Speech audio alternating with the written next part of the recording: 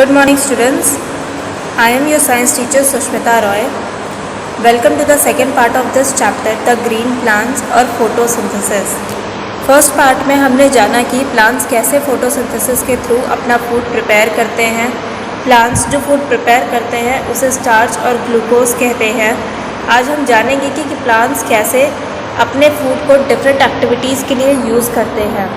जैसे हमें फूड से एनर्जी मिलती है वर्क करने के लिए, ग्रो करने के लिए, डैमेज बॉडी पार्ट्स को रिपेयर करने के लिए, वैसे ही प्लांट्स को भी ज़रूरत होती है एनर्जी की। प्लांट्स अपनी एनर्जी का यूज़ ग्रो करने में, डैमेज पार्ट्स को रिपेयर करने में करते हैं।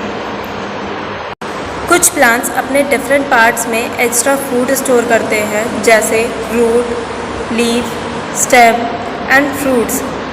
हम प्लांट्स के इन पार्ट्स को एज वेजिटेबल और फ्रूट खाते हैं। फॉर एग्ज़ाम्पल यहाँ पिक्चर्स दिए हुए हैं, you can see that beetroot, carrot, ये रूट का एग्जाम्पल है जिनमें प्लांट का एक्स्ट्रा फूड स्टोर होता है। Then next is potato, onion, ये स्टेम का एग्जाम्पल है जिनमें फूड स्टोर होता है। Then last is cauliflower and coriander, ये लीव्स हैं प्लांट की जो फूड स्टोर करती हैं और जिन्हें हम एज वेजिटेबल खाते हैं। Next is a activity based on photosynthesis to show that green leaves contain starch. अब हम एक एक्टिविटी के बारे में जानेंगे जिससे हमें ये पता चलेगा कि लीव्स में स्टार्च प्रेजेंट होता है कि नहीं। First we will take a green leaf, dip it in boiling water for a few minutes, यानी पहले हम एक ग्रीन कलर की लीफ लेंगे और उसे कुछ देर पानी में उबालेंगे। फिर take out the leaf, now boil it in alcohol और स्पिरिट। फिर हम क्या करेंगे, लीफ को पानी में से बाहर निकाल के उसे थोड़ी देर के लिए अल्कोहल या स्पिरिट में डालकर उबालेंगे। Then alcohol will dissolve the chlorophyll and the leaf will loss its green colour. Alcohol में जब हम लीफ को बॉयल करेंगे तो उससे उसका क्लोरोफिल ख़त्म हो जाता है और लीफ का ग्रीन कलर चला जाता है। Wash the leaf in water to remove alcohol. अब हम लीफ को अल्कोहल से निकालकर पानी में अगर वॉश करेंगे तो उसका अल्कोहल निकल जाएगा।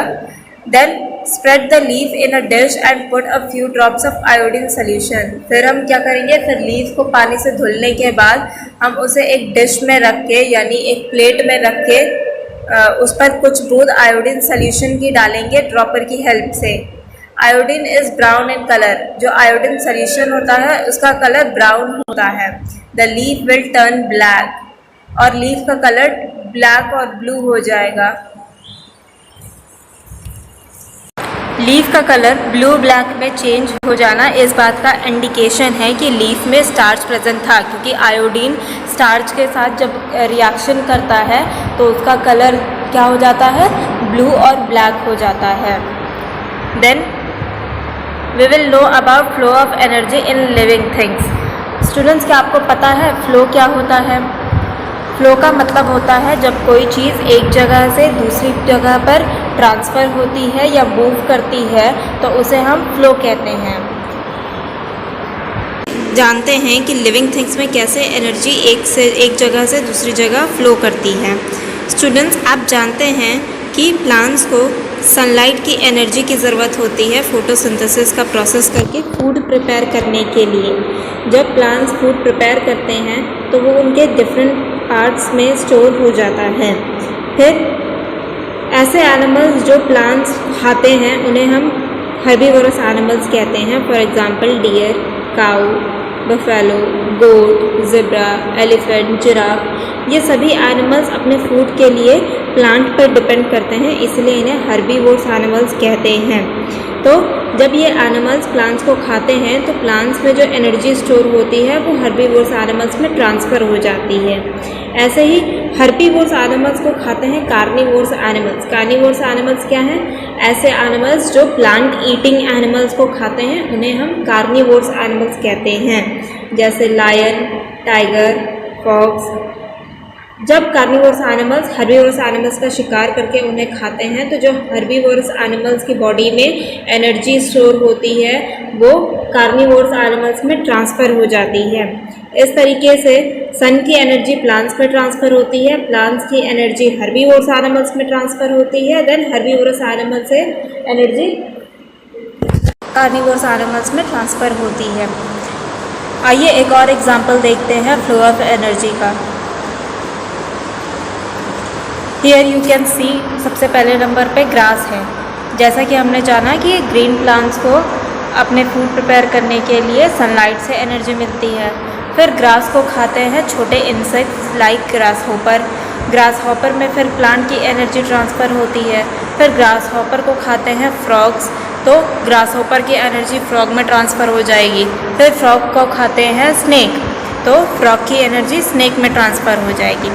इस तरीके से हमने जाना कि सभी एनिमल्स डायरेक्टली और इनडायरेक्टली अपने फूड के लिए ग्रीन प्लांट्स पर डिपेंड करते हैं, क्योंकि अगर ग्रीन प्लांट्स नहीं होते तो हर्बीवोरस एनिमल्स को उनका फूड नहीं मिलता, और अगर हर्बीवोरस एनिमल्स नहीं होते तो कार्निवोरस एनिमल्स को उनका फूड नहीं मिलता।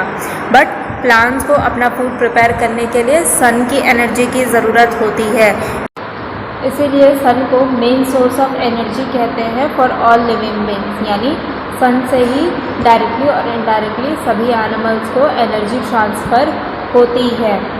आप जानते हैं, आप देख सकते हैं कि यहाँ पर एनर्जी एक लाइन से ट्रांसफ़र हो रही है, मतलब सन से प्लांट से हर्बीवोरस से कार्निवोरस एनिमल्स में एक लाइन से, एक चेन से ट्रांसफ़र हो रही है। और क्योंकि ये फूड है एक दूसरे का, इसलिए इसे हम फूड चेन कहते हैं। फूड चेन से हमें ये पता चलता है कि कौन सा एनिमल क्या खाता है। और अब तक हमने जाना कि सभी एनिमल्स अपने फूड के लिए ग्रीन प्लांट्स पर डिपेंड करते हैं, लेकिन एक और चीज़ है फूड के अलावा जिसके लिए हम प्लांट्स पर डिपेंड करते हैं, वो है ऑक्सीजन। यानी हमें प्लांट से ऑक्सीजन और फूड दोनों मिलता है। प्लांट्स फोटोसिंथेसिस के प्रोसेस के टाइम पर ऑक्सीजन गैस एटमॉस्फेयर में रिलीज़ करते हैं, जिसे सभी एनिमल्स ब्रीद इन करते हैं, और animals carbon dioxide gas breathe out करते हैं, जिसकी ज़रूरत ग्रीन प्लांट्स को होती है फोटोसिंथेसिस के लिए। इस तरीके से हमें ये पता चलता है कि कैसे हम एक दूसरे पर इंटरडिपेंडेंट हैं, यानी एक दूसरे पर निर्भर करते हैं।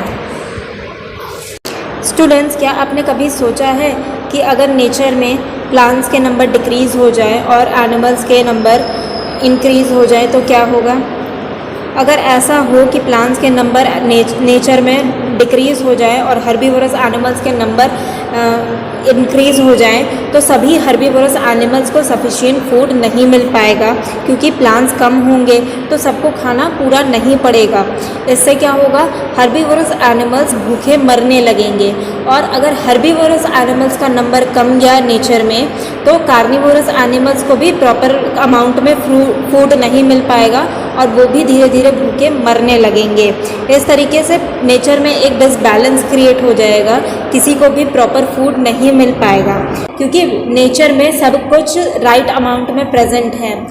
हमारे राइट अमाउंट में प्रेजेंट है। सबसे ज़्यादा नंबर हमारे नेचर में प्लांट्स के हैं, देन उससे कम हर्बीवोरस एनिमल्स हैं, और उनसे भी कम कार्निवोरस एनिमल्स हैं, ताकि सभी को प्रॉपर अमाउंट में फूड अवेलेबल हो सके। इसी तरह से अगर प्लांट्स के नंबर नेचर में बहुत ज़्यादा इंक्रीज़ कर जाए और एनिमल्स के नंबर डिक्रीज़ कर जाए, तब भी नेचर में डिसबैलेंस क्रिएट हो जाएगा, क्योंकि प्लांट्स को फोटोसिंथेसिस के प्रोसेस के लिए कार्बन डाइऑक्साइड की ज़रूरत होती है, और अगर एनिमल्स का नंबर नेचर में कम होगा तो प्लांट्स को सफिशिएंट कार्बन डाइऑक्साइड गैस नहीं मिल पाएगी फोटोसिंथेसिस का प्रोसेस कंप्लीट करने के लिए। इसलिए तब प्लांट्स भी मरने लगेंगे और वो भी घटने लगेंगे।